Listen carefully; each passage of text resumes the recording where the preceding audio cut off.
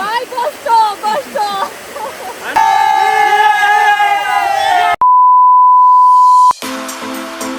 ঢাকা বা চিটাগং থেকে মাত্র 450 টাকায় আপনি যদি এমন সুন্দর একটি ঝর্ণা আর মনোমুগ্ধকর সমুদ্র দেখতে চান তাহলে এই ভিডিওটি আপনার জন্য। ভিডিওটি সেভ করে রাখুন যেন হারায় না যায়। আসসালামু আলাইকুম, দিস ইজ সাইমন। চলেন গল্প শোনাই।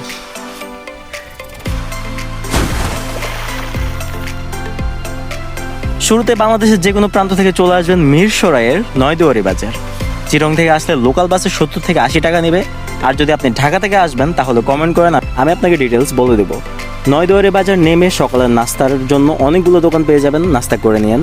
আজকে আমরা যাচ্ছি নাপিতাঝরা ঝর্ণায়, যেখানে আমরা 4 ধাপে 4টা ভিন্ন ঝর্ণা দেখব। বাজারের ভিতর দিয়ে মিনিমাম 20-25 মিনিট হাঁটলে অনেকগুলো দোকান পাবেন, যেগুলোতে আপনারা দুপুরের খাবার অর্ডার করা বা নিজেদের ভারী ব্যাগ জমা রাখতে পারবেন। পাশাপাশি এখানে চেঞ্জ করা ও গোসল করারও সুব্যবস্থা আছে। আমরা যেখানে দুপুরের খাবার অর্ডার করছিলাম দোকানটি একদম লাস্ট মাথায় পড়ছে। আমরা আমাদের জামা কাপড় সব কিছু গুছিয়ে রওনা দিলাম। এবারে আমাদের ট্যুরমেট ছিল 5 জন। সো আমরা হাঁটা শুরু করলাম, সুন্দর মনোমুগ্ধকর ঝিরি দিয়ে হাঁটছি। প্রায় 20 মিনিট হাঁটার পর আমরা প্রথম ধাপে চলে আসলাম। তবে আসার সময় একটু সাবধানতা অবলম্বন করবেন।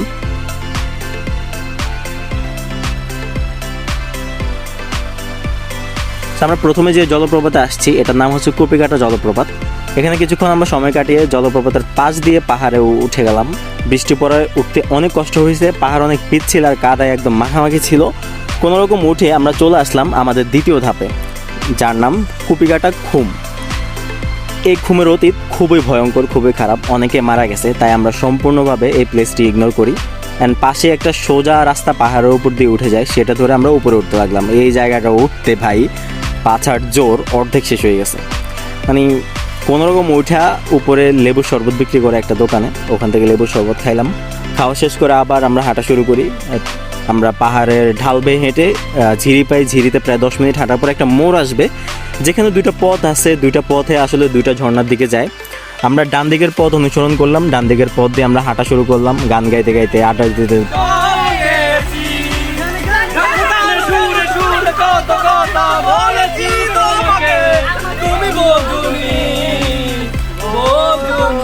প্রায় 10 মিনিটে পৌঁছে যায় আমাদের তৃতীয় ধাপ, যেটা হচ্ছে যে নাপিতাঝরার সবচেয়ে সুন্দর ঝর্ণা, যার নাম বান্দরকুম ঝর্ণা।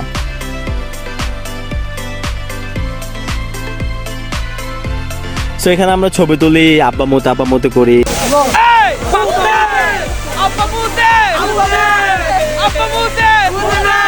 ঝর্ণার পাশে চাটা খাই, তারপর অনেকক্ষণ বসে একটু আড্ডা দিয়ে আমরা চলে আসি। আমরা চতুর্থ ঝর্ণা বাঘবিহানি ঝর্ণাটা স্কিপ করি, কারণ এটা ট্রেল একটু লম্বা আর আমরা অনেকটা টায়ার্ড ছিলাম, যার কারণে আমরা ওখানে যাই নাই। মোটামুটি ব্যাক করতে আমাদের 30 মিনিট লাগছে। আমরা ভিন্ন পথে একেবারে ঝিরিতে এসে পৌঁছাই।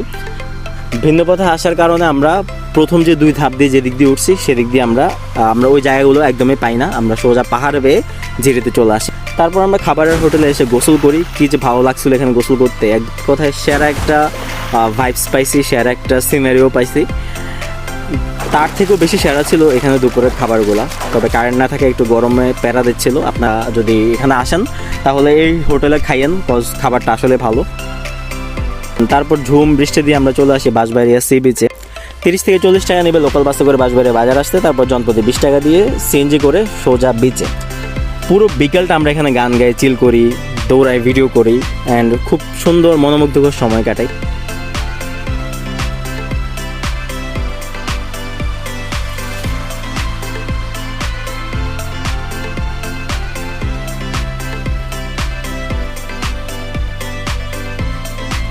তারপর বাজারে এসে আমরা লোকাল বাসে 30 টাকা দিয়ে চট্টগ্রাম শহরে। সো গাইজ, এই ছিল আজকের একটি সুন্দর ঝর্ণার ট্যুর প্ল্যান। নেক্সট আপনি কোন ঝর্ণার ভিডিও দেখতে চান, কোন ঝর্ণার ট্যুর প্ল্যান লাগবে অবশ্যই কমেন্ট করে জানাবেন। আর একটা কথা গাইজ, ঘোরাফেরা করার সময় অবশ্যই সাবধানতা অবলম্বন করবেন। তাড়াহুড়ো করে পাহাড় বেয়ে উঠতে যাবেন না, কারণ সময়ের চেয়ে জীবনের মূল্য অনেক বেশি। সো ভালো থাকবেন, সুস্থ থাকবেন, দেখা হবে নতুন কোনো ভিডিওতে। ততক্ষণ পর্যন্ত আল্লাহ হাফিজ।